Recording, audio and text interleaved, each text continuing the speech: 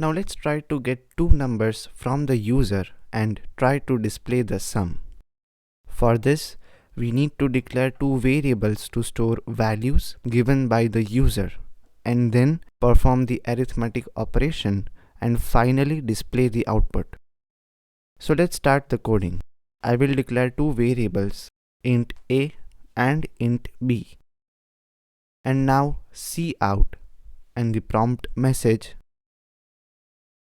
And on the next line, I will write cin, insertion operator, a. Now let me write the cout, prompt message, and cin for the second variable b. Now we want to display the sum is equal to the value of a plus b. Here we will have to add the insertion operator to insert the value. So I will say cout, the sum is insertion operator a plus b and the endl keyword. Now let's run the code.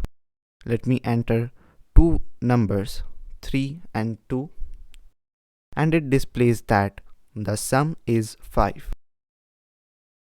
So when you need to join strings with variable values, you use the insertion operator.